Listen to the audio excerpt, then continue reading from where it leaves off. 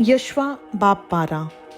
उस मुल्क के वो बादशाह जिनको बनी इसराइल ने कत्ल करके उनके मुल्क पर यरदन के उस पार मशरक़ की तरफ अर्नोन की वादी से लेकर कोहे हरमोन तक और तमाम मशरक़ी मैदान पर कब्ज़ा कर लिया, ये हैं अमोरियों का बादशाह सेहोन जो हसबोन में रहता था, और अरोएर से लेकर जो वादी अर्नोन के किनारे है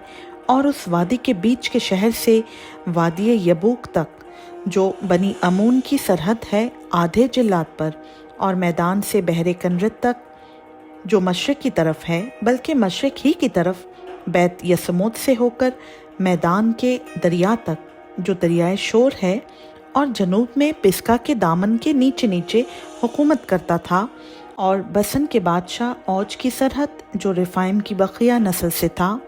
और इस्तारात और अदरई में रहता था, और वो कोहे हरमोन और सिल्का और सारे बसन में जसूरियों और माखातियों की सरहद तक और आधे जिल्लाद में जो हसबोन के बादशाह सेहोन की सरहद थी हुकूमत करता था। उनको खुदाम के बंदा मूसा और बनी इसराइल ने मारा, और खुदाम के बंदा मूसा ने बनी रूबन और बनी जद और मनसी के आधे काबिला को उनका मुल्क मिरास के तौर पर दे दिया, और यरदन के इस पार मगरिब की तरफ बाल जद से जो वादी लुबनान में है कोहे खलक तक जो सईर को निकल गया है, जिन बादशाहों को यशवा और बनी इसराइल ने मारा और जिनके मुल्क को यशवा ने इसराइलियों के कबीलों को उनकी तकसीम के मुताबिक मिरास के तौर पर दे दिया, वो ये हैं कोहिस्तानी मुल्क और नशीब की ज़मीन और मैदान और ढलानों में और बियाबान और जनूबी खित्ता में, हित्ती और अमूरी और कनानी और फिरजी और हवी और यबूसी कौमों में से।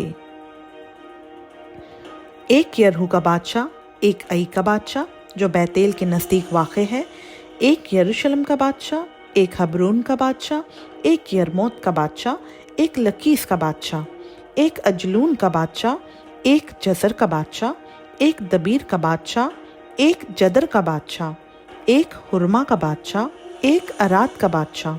एक लिब्ना का बादशाह, एक अदुलाम का बादशाह, एक मखीदा का बादशाह, एक बैतेल का बादशाह, एक तफू का बादशाह, एक हफर का बादशाह, एक अफीक का बादशाह, एक लशरोन का बादशाह, एक मदवन का बादशाह, एक हसूर का बादशाह, एक समरून मरून का बादशाह, एक इक्शाफ का बादशाह, एक तैनक का बादशाह, एक मजदू का बादशाह, एक कादिस का बादशाह, एक करमिल के यखनाम का बादशाह, एक दौर की मुर्तफ़ा ज़मीन के दौर का बादशाह, एक गोयम का बादशाह जो जिलजाल में था,